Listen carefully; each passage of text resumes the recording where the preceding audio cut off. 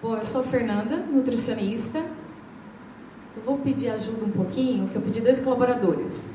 Como toda nutricionista, como a gente fala de alimentação, nutrição, eu gosto de sempre trazer um agradinho, né, para as pessoas que estão me assistindo. E hoje eu vou mostrar para vocês entrarem no mundo do fibrose cístico, né, da pessoa que tem fibrose cística.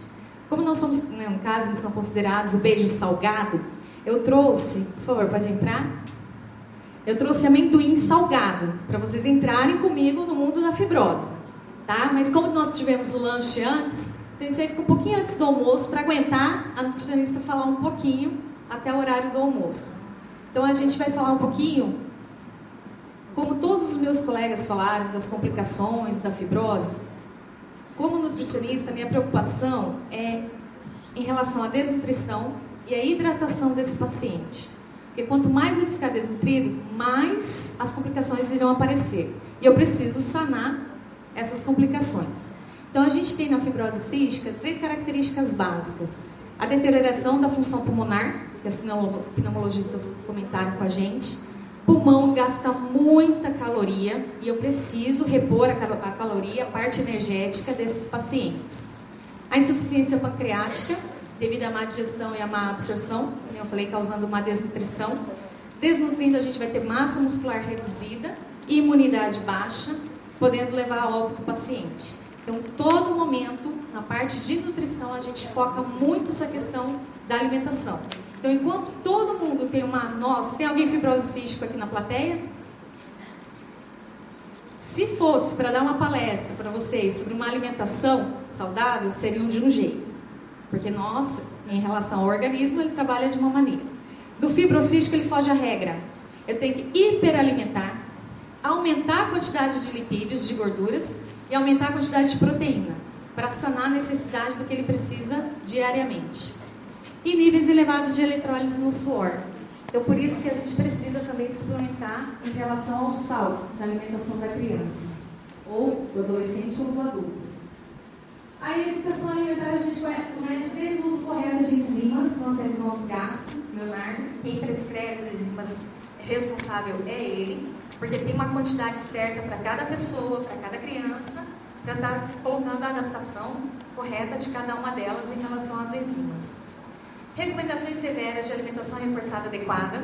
Então, normalmente no ambulatório a gente faz uma anamnese alimentar. Eu preciso saber o histórico de alimentação dessa criança e o que eu preciso suplementar. E a questão da cultura da casa também, porque a família inteira tem que estar envolvida comigo para a gente conseguir reabilitar essa criança. E os suplementos hiperenergéticos, que hoje nós temos a nossa farmácia, que a gente tem a nossa farmacêutica responsável, a Suelen, e a gente fornece hoje de suplementos pediátricos o Fortini, o Pediasure, a maltodextrina que eu adapto para a criança, e a gente também tem as vitaminas, que a gente tem a Aquadex, que aí são prescritas também para a gente estar conseguindo suplementar, no caso, a alimentação da criança. E para os adultos nós temos o Ensure e a maltodextrina. Qual que é a nossa preocupação em relação à parte nutricional, na intervenção nutricional? Intolerância à glicose. Então, que nem a doutora Elina falou, a gente tem que tomar muito cuidado com os diabéticos. Nós temos um caso hoje no nosso ambulatório de fibrose cística, devido às elevadas perdas energéticas, com resultado de glicosúria. Nós temos o refluxo esofágico também, já foi comentado aqui, e a hepatopatia, que é a lesão hepática, né, que causa danos, a má síntese endógena de vitamina D. E lembra que eles falaram que devido à diminuição das vitaminas lipossolúveis, que é a D e K, que é esse suplemento que a gente entra com a Aquadex, para a gente poder suplementar o organismo. Porque, que nem eu falei, tem diminuição de massa óssea, tem diminuição de massa muscular, e eu preciso repor todas essas energias de um fibrocístico. Normalmente, os fibrocísticos, eles têm uma deficiência muito de cálcio. Então, eles não são muito grandes também.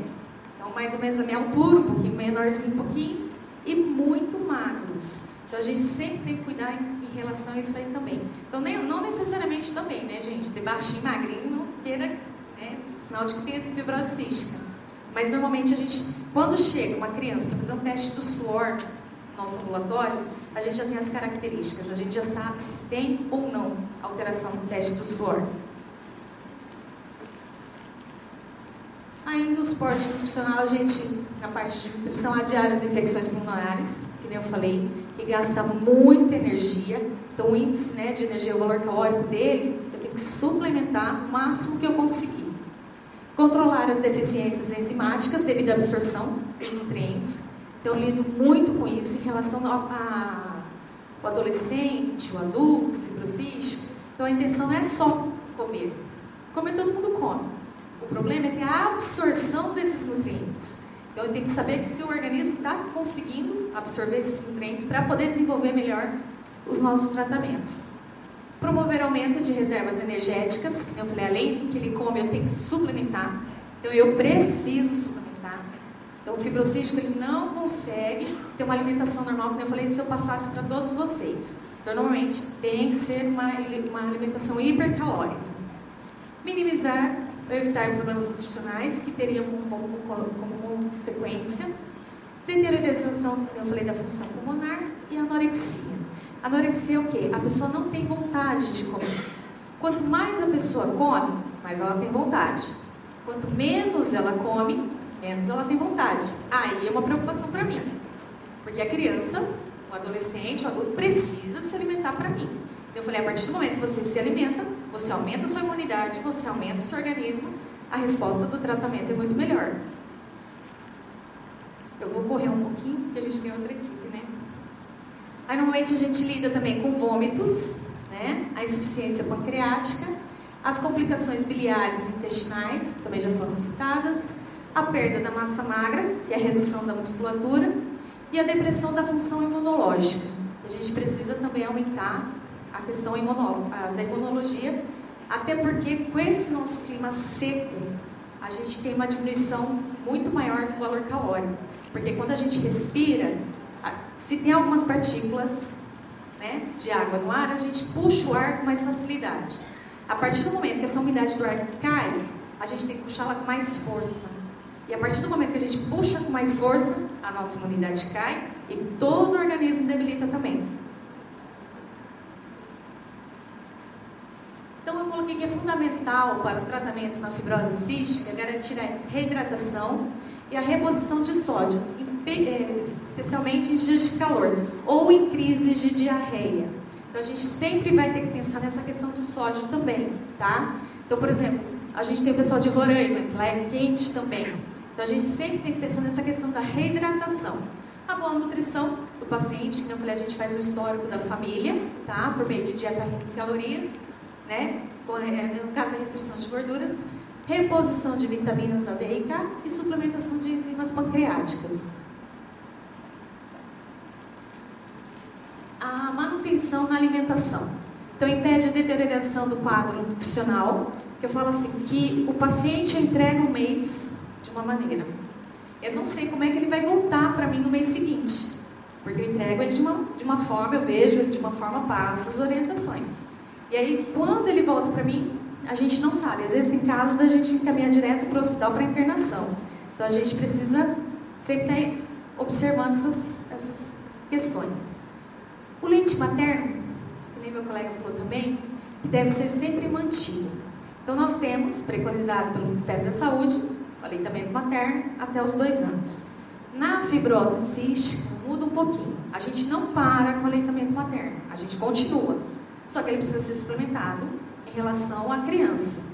Então, o que a gente faz? A gente sempre vai entrar com leite artificial e adição de sódio nas mamadeiras.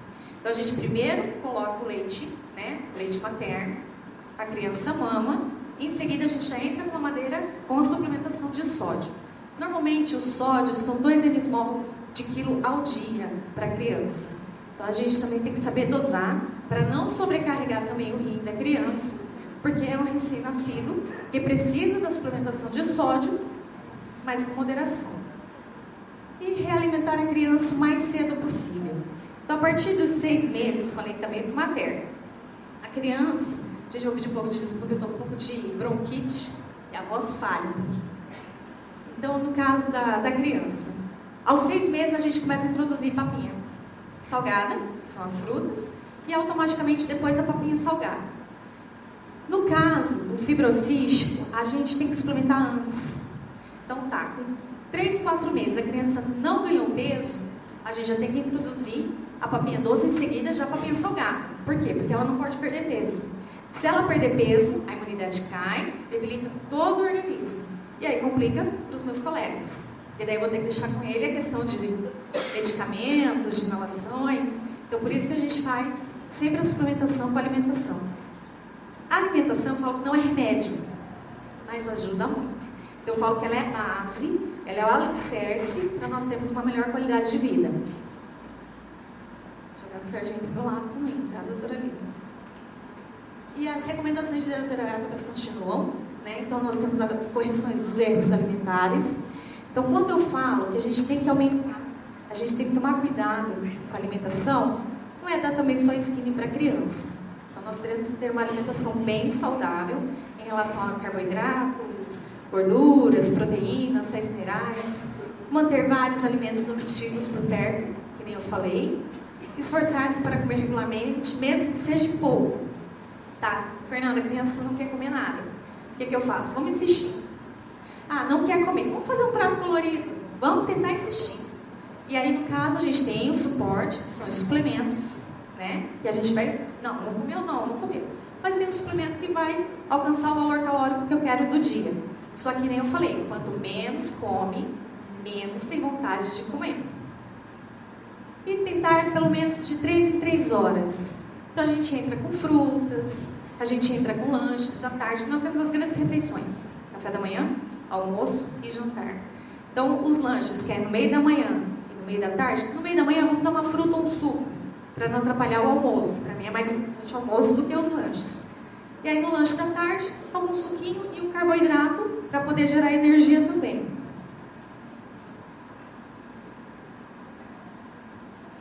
Normalmente, eu colocaria para vocês, por exemplo, uma bolachinha salgada, um pãozinho integral, com requeijão, uma saladinha. No caso dos fibrocísticos, eu vou aumentar o poder calórico. Então, o que eu tenho que fazer? Uma simples bolachinha eu não posso dar. Eu tenho que dar com queijo, com leite condensado, com creme de leite. Por quê? Eu tenho que aumentar o poder calórico de alimentação dessa criança, ou desse adulto, ou desse adolescente. Então, normalmente, que nem eu falei, foge um pouquinho a regra, a parte de alimentação. Só que nem eu falei, sempre com exames, que a gente tem que estar por dentro. No caso do hemograma, né? No caso de uma glicemia.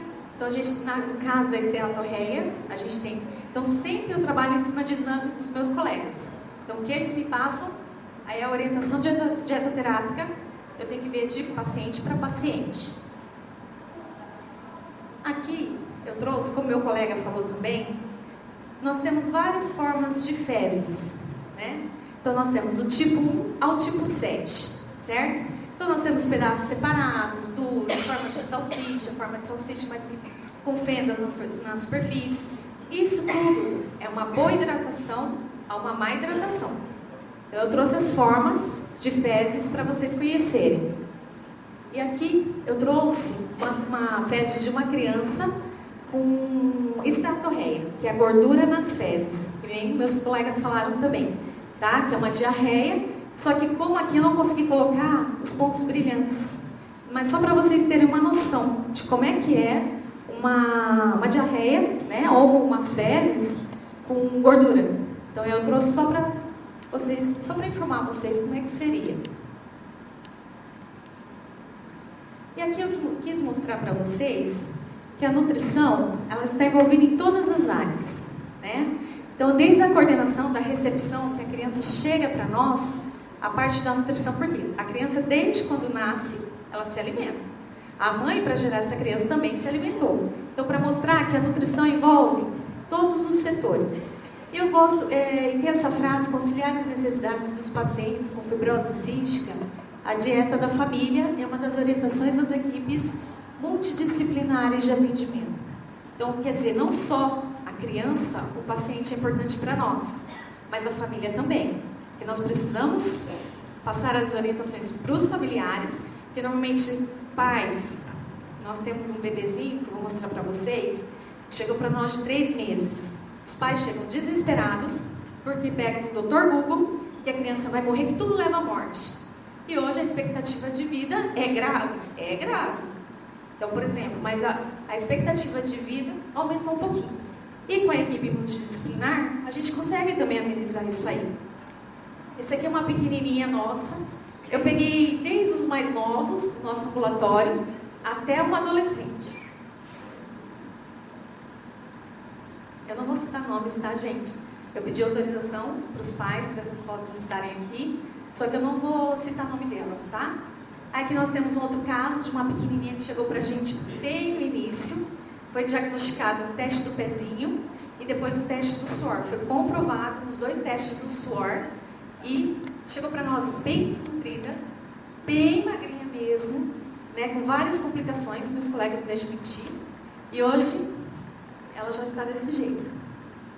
Essa foi uma das mães que chegou para nós desesperadas, chorando, a família chorando, o pai chorando, e a gente teve que impor todo o cuidado, né, de toda a nossa equipe, psicólogos, assistentes sociais, os médicos, para a gente dar o apoio e o suporte para essa família. Essa aqui é uma pequenininha porque, às vezes, as complicações da má alimentação ou da absorção desses nutrientes, às vezes a criança precisa, ou fibrocístico, entrar em sonda. Então essa criança está com uma sonda nasogástrica, que vai do nariz ao estômago. Então, para poder aumentar um pouquinho o aporte calórico dela, porque ela não comia, ela não se alimentava e não mamava.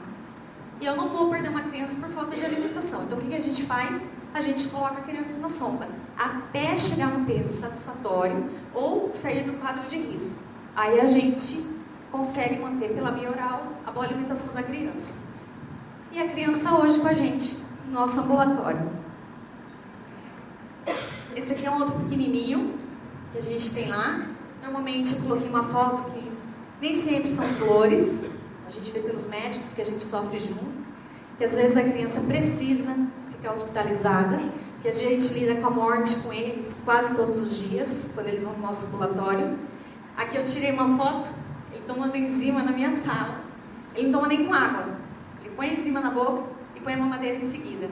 E não tem nenhum probleminha com ele, não. Falam, vamos. E ali ele fazendo festa para pesar. E para mostrar que, sob controle, né, da parte médica, da parte nutricional, da psicologia, da fisioterapia, no caso das assistentes sociais que dão o nosso apoio, a pessoa consegue ter uma vida melhor. No caso, uma melhor qualidade de vida. Porque é sério, é grave, as pessoas não dão importância porque não conhecem, estão conhecendo agora.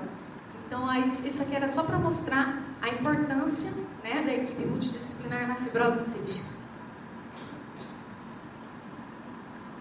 E aqui eu coloquei uma frase bem apaixonada, porque nosso ambulatório de fibrose cística, nós somos bem bonitos, a gente gosta muito do que a gente faz, cada um na sua área, na sua profissão. Não faça dieta, mude hábitos. Apaixone-se também por uma alimentação saudável. Então é isso aqui que eu queria mostrar para vocês na parte de nutrição.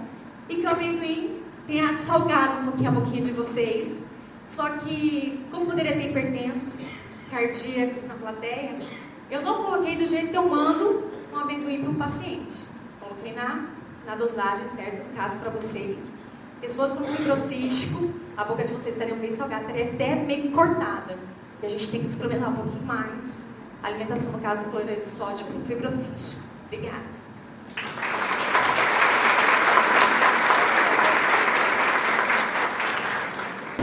Vocês citaram, vocês não definiram em termos de sexo. Tem alguma definição de ser mulher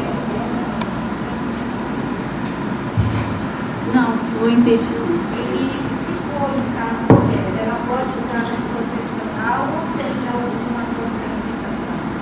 Isso é um tema controverso mesmo, do uso do anticoncepcional, né, em pacientes fibrocísticos, até porque se ela apresenta alterações hepáticas, ou se ela já tem alguma aliada à má digestão, pode dar uma alteração mesmo na eficácia, né, do anticoncepcional.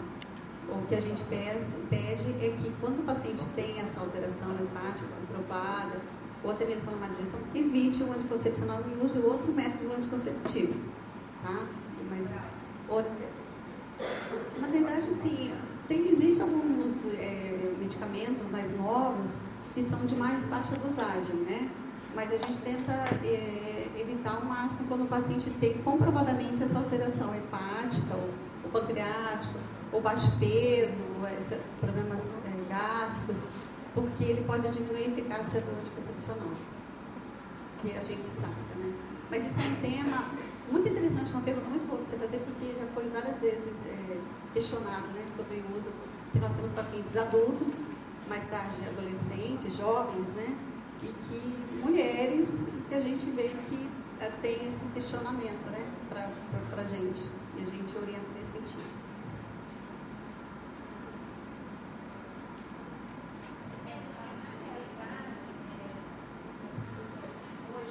Em termos de saúde reprodutiva, a gente tem tradicionalmente os métodos normais, as pílulas combinadas, os injetáveis mensal, os injetáveis trimestral, né? Mas nos casos especiais a gente tem as referências e que, se houvesse necessidade, vocês poderiam estar encaminhando. No caso aqui de Campo Grande, a referência em Campo Grande é o SEM, que lá eles têm todos os outros anticoncepcionais, métodos de saúde reprodutiva disponível. Dipirena, Planon, apesar de não ser do Ministério da Saúde, a gente tem adquirido para situações especiais. Não sabia.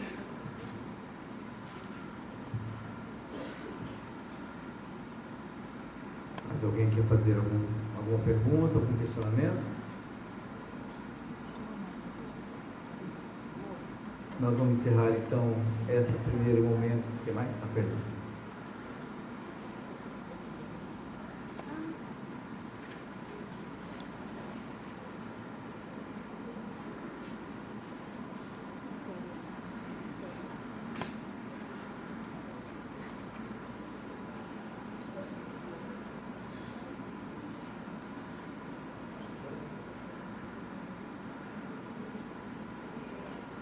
Existe aqui foi perguntado, a jovem com fibrose pode engravidar? Existe algum risco para o feto?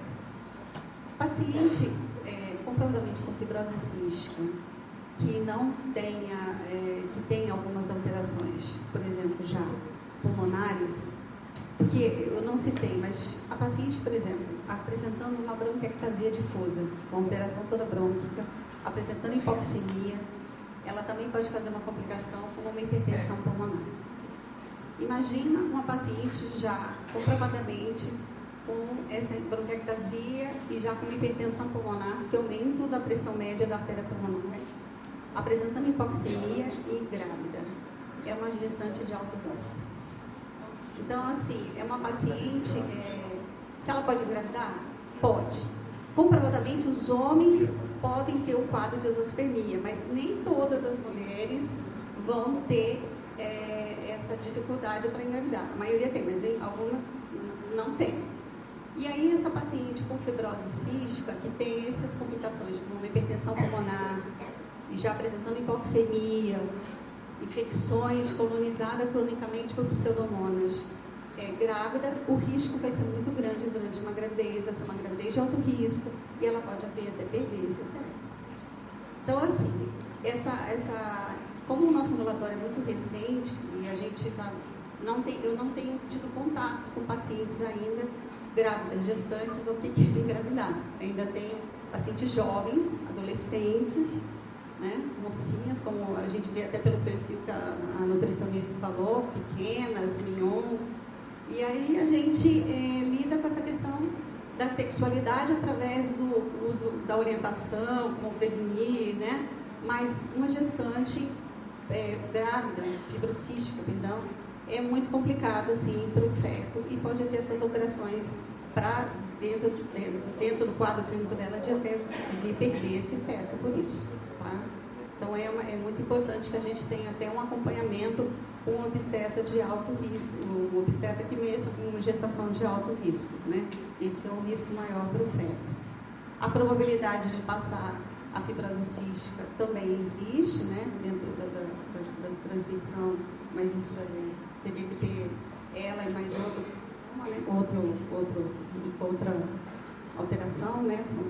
Uma herança autossômica recessiva, em que tem presença de 2 mutações, então não é só ela, tem que ter a presença de outro, né? Para ter alteração. Mas o risco pro feto existe nesse sentido, dentro da gravidade do quadro clínico da paciente, né? Então, ainda é uma coisa muito nova para nós aqui, mas tem relatos na literatura, como tem também relatos de grávidas que tiveram filho, né? E não tiveram problema porque não tinha uma expressão fenotípica tão grave, né? Mas ela pode ter, por exemplo, uma probabilidade maior de uma diabetes gestacional, em virtude das alterações que ela apresenta do quadro da doença dela. Tem a outra situação também que a Lília falou um pouco, que são os pais que têm que decidir se querem ter outros filhos ou não. Então a gente tem no nosso ambulatório também a doutora Eliane, que vai participar depois com outras palestras de outras patologias.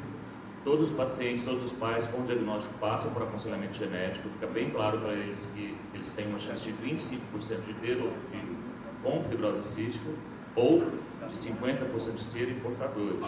Teve até um casal recente que passou com a Liane, que eles queriam ter outro filho, mas era de um pai diferente.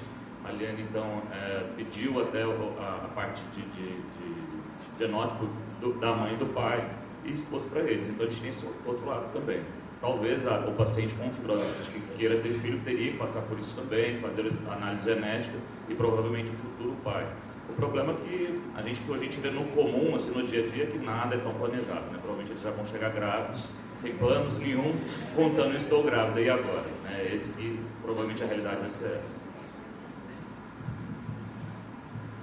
Mas dentro do nosso ambulatório, quando a gente está lidando com esses jovens, existe uma necessidade muito grande e enfatizada pelo psicólogo, né? E por toda a equipe, que eu acho ótimo, que trabalha comigo, da gente enfatizar quanto à questão dessa possível gravidez, né? Para a gente fazer, e até já aproveitando que existe a geneticista trabalhando com a gente, de poder fazer esse aconselhamento, né, genético, para ver se é portadora ou se vai ter mesmo desenvolvimento, né, da doença. Vou responder uma pergunta. Se o paciente tem intolerância à lactose, a dieta é diferenciada. Normalmente, toda pessoa que tem intolerância à lactose, então ela já tem uma dificuldade na quebra, que são presentes no leite e derivados do leite de vaca. Então, seria só nessa questão. Na questão, né, dos outros alimentos, não. E na questão da soja, do fibrocístico, também não é muito bem aceita. Porque a soja, em relação ao metabolismo do fibrocístico, ela chega a ficar meio indesejada. Então, na questão da absorção. Então, o ideal seria um leite sem lactose, né? Se a pessoa for intolerante à lactose. Se não, o leite normal de vaca pode estar sendo introduzido. E aí só tem outra opção, que a gente está com agora, né, o mercado da Piracanjuba, a maior propaganda, o maior marketing, né, dos suplementos, no caso dos alimentos, sem a lactose. Então, isso aí seria uma opção muito boa para quem tem intolerância à lactose. Seria só em relação ao leite, não em relação ao restante da alimentação, tá?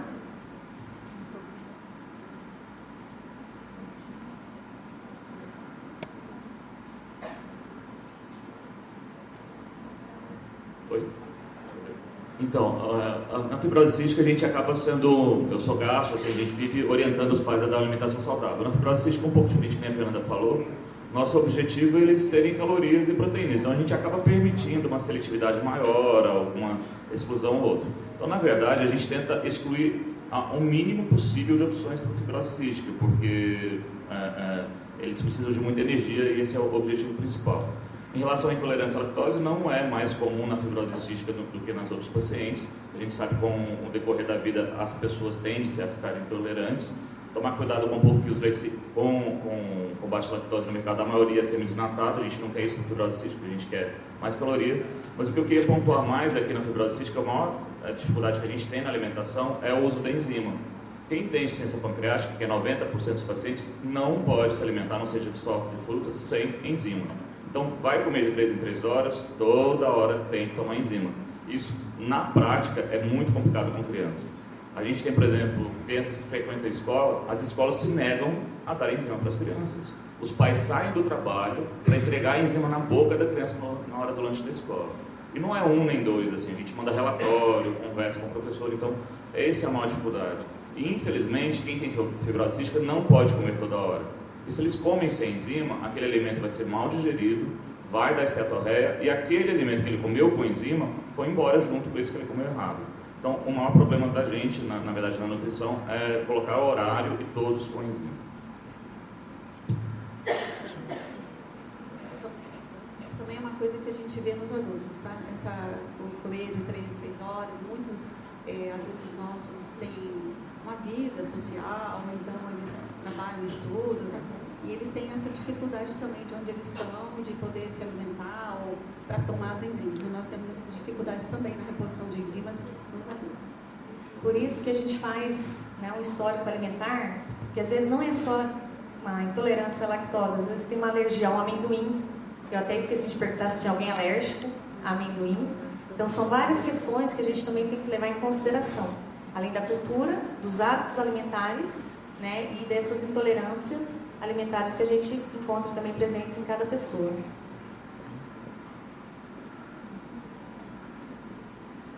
Nós vamos agradecer aqui aos nossos palestrantes. Peço uma salva de palmas para eles, que trazem esse conhecimento muito importante para todos. Sempre como responsável, o pai e mãe, para que dê continuidade com esse trabalho em casa, mas enfim, a gente vai tocando barco, vai desenvolvendo. No que a fisioterapia basicamente consiste frente à fibrose? Ela faz a cinesioterapia e manobras de higiene crônica. Porque o grande problema da fibrose é a mucosidade, né, que é a secreção. Então o trabalho é realizado para a eliminação dessa secreção, através de sabotagem, de vasoterapia, mudança de recursos. Então são técnicas que você passa para fazer, não é nada assim tão difícil que não possa ser realizado de uma maneira treinada para que possa aliviar a criança ou o adulto mesmo. São realizadas também dentro do serviço de fisioterapia a coleta do suave ou escarro, como foi dito pela doutora Carolina, em todos os atendimentos, que basicamente grande porcentagem desses pacientes nossos são fora, então eles passam para a gente uma vez por mês. Então são realizadas técnicas, recolha de material, enfim. Bom, o tratamento fisioterápico ele é sintomático e profilático. O que significa? A gente atende mais a sintomas e a profilaxia a nível de infecções pulmonares. E, portanto, a fisioterapia não pode ser deixada de lado diante dessa patologia, em que a qualidade de vida é consequente aos ganhos na função pulmonar, juntamente com o trabalho em equipe multidisciplinar, sem esquecer o apoio da família. O tratamento multidisciplinar visa reduzir ao máximo os sintomas e retardar o progresso da doença, melhorando a qualidade do paciente. Bom, gente, eu acho que é isso que eu tinha que transmitir a vocês. Até o final a gente vai dispor mais alguns minutinhos. Se alguém tiver alguma dúvida, fique à disposição. Boa tarde a todos. Nós estamos muito felizes com a presença de todos vocês. Eu me chamo Lucilene, sou assistente social e trabalho nas iniciativas do IPED APAR. Então, assim, qual que é a principal função da iniciativa, né? É trazer, o objetivo é trazer postos de saúde aonde foi realizada a primeira coleta do teste do pezinho. Então, assim, no IRT, na fibrose cística, a coleta do segundo confirmatório é feita no papel filtro. Então, temos 2 papel filtros alterados, né, a administrativa e o serviço social entra em contato com a família para trazer para a realização de teste do suor. E se a recoleta já foi feita por mais de 30 dias de vida, não tem como fazer assim, confirmar o diagnóstico, porque pelo protocolo do Ministério da Saúde, a recoleta tem que ser feita até os 30 dias de vida. Por isso que quando a gente manda o pedido de recoleta para um neonatal, que é IRT, eu não sei se tem alguém aqui que já recebeu, e vai um bilhete junto, dizendo que essa criança precisa fazer a recoleta antes dos 30 dias de vida. Então, assim, porque se não é feita a recoleta, tem que vir até o IPED-APAI para realizar teste do suor. E aí a gente sabe que isso é desgastante para a família, porque já fica apreensiva, já achando que a sua criança tem uma doença, né? Como muitas mães chegam para nós e dizem: o que eu vim fazer aqui? Estão dizendo que a minha criança está com a doença, mas apenas ela está indo para fazer um exame, né, confirmatório, que, né, em muitos casos, na maioria dos casos, graças a Deus não se confirma. E a buscativa do IPED-APAI, ela, né, tem como parceria, como eu já disse, os municípios, e graças a Deus, a gente pode dizer que a nossa buscativa é eficiente, porque conta com a ajuda dos profissionais que estão à frente do trabalho, são sempre atenciosos quando a gente liga e diz: olha, a gente precisa que esse material chegue até tal dia. Então, assim, eles sempre estão nos auxiliando. E é isso que eu quero passar para vocês. Muito obrigada.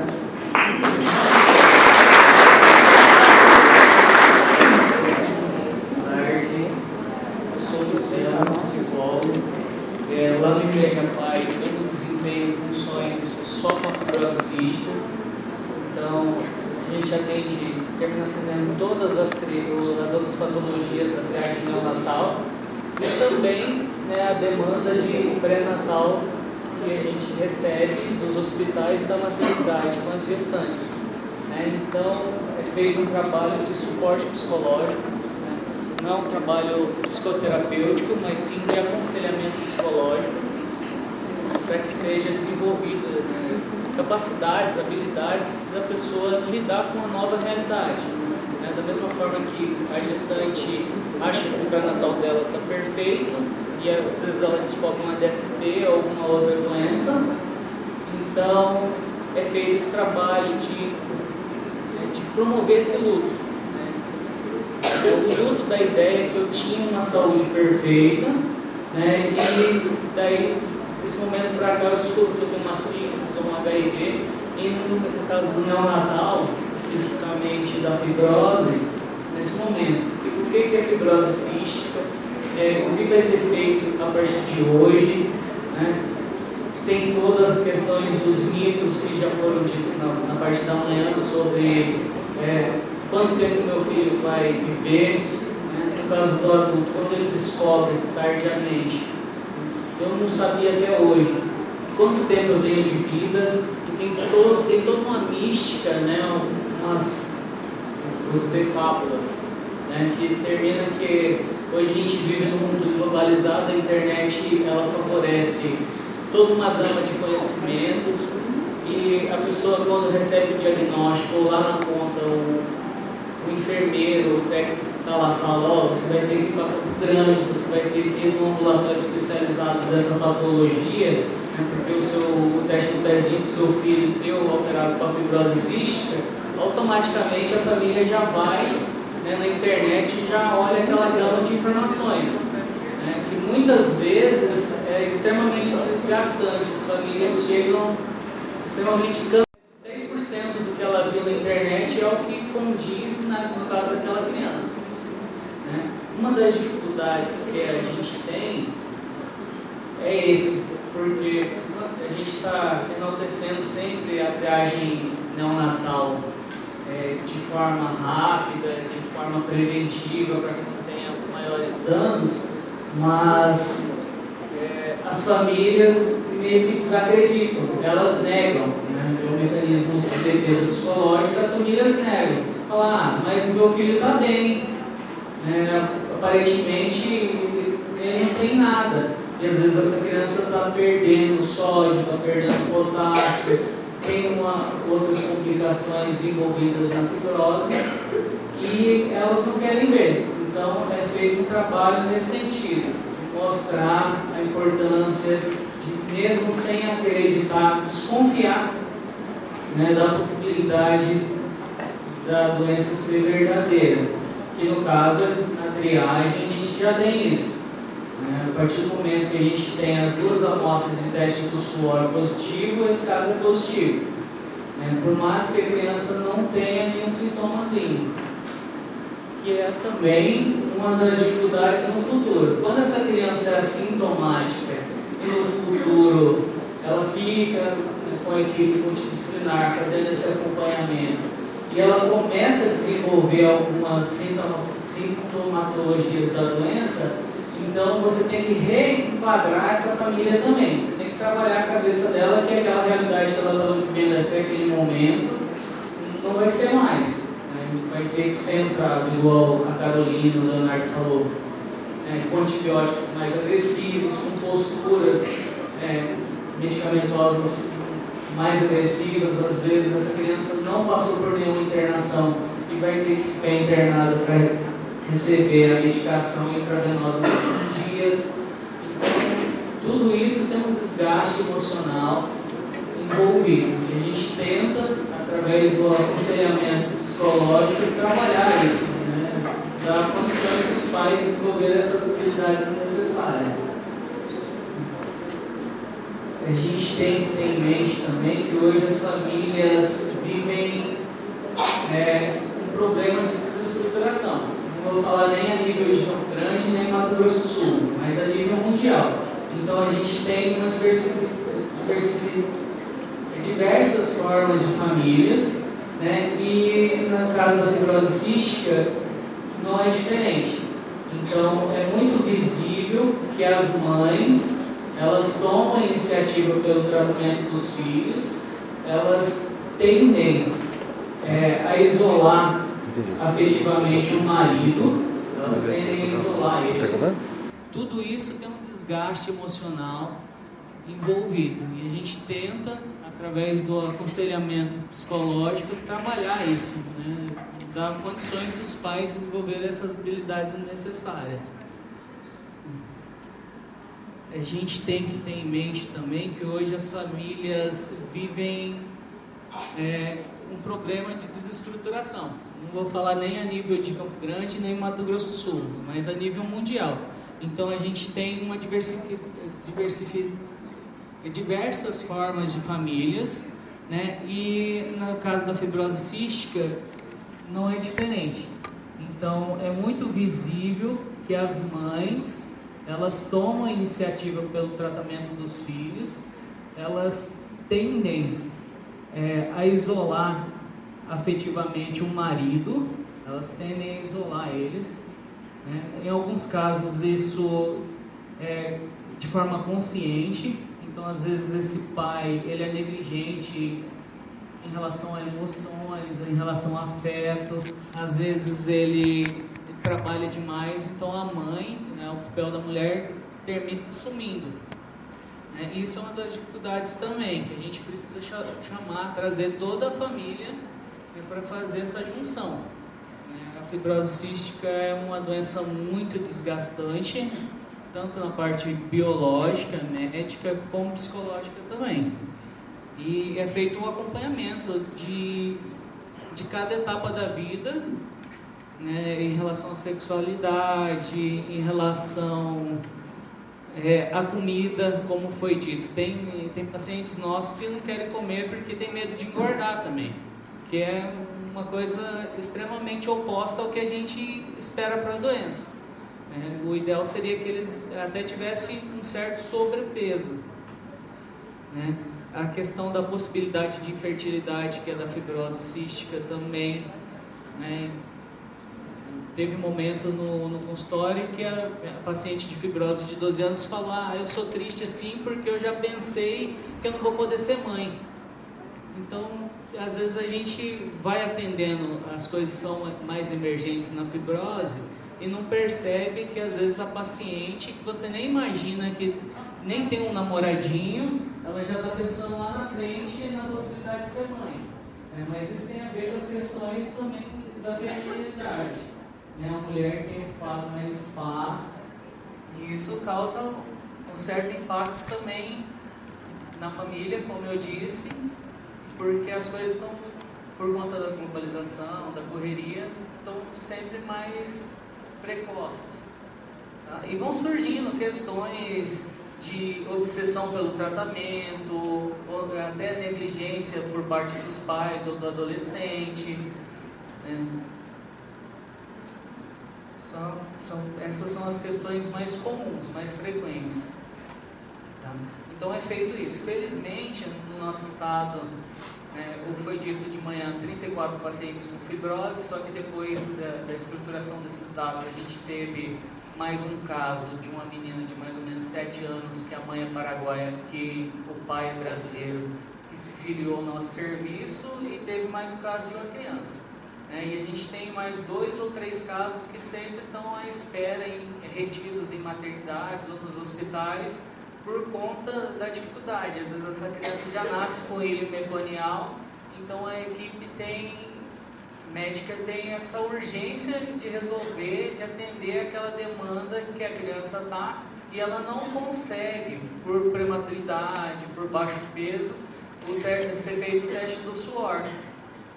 Então essa criança fica retida, e se perdurar um tempo e não for feito o teste do suor, a gente termina fazendo o teste genético, com as mutações mais frequentes. Então tem toda essa problemática psicológica na fibrose, desde o pré-natal, que não necessariamente está ligado, não está ligado diretamente com a fibrose, mas tem a ver também porque a gestante chega no diagnóstico do filho e fala: não, mas eu fiz o meu pré-natal certinho, por que ele tem fibrose cística? A gente tem que entrar nessas demandas e falar: não, por mais que você tenha feito tudo certinho, essas questões genéticas, quando você não tem um caso já na família, fica muito difícil de predizer. Então, está tudo muito envolvido, por isso que a gente tem uma preocupação com a triagem neonatal e pré-natal como um todo. E a gente espera que a triagem neonatal ela continue se ampliando, como a gente tem, vocês puderam ver, o nosso estado sempre esteve à frente do que as políticas nacionais determinaram. Então isso é um passo que tem que ser dado a cada vez, e já está na hora de a gente dar outros passos. A gente está buscando isso. Como um todo, da parte psicológica é isso. Quero agradecer, e a gente está à disposição às perguntas depois. Boa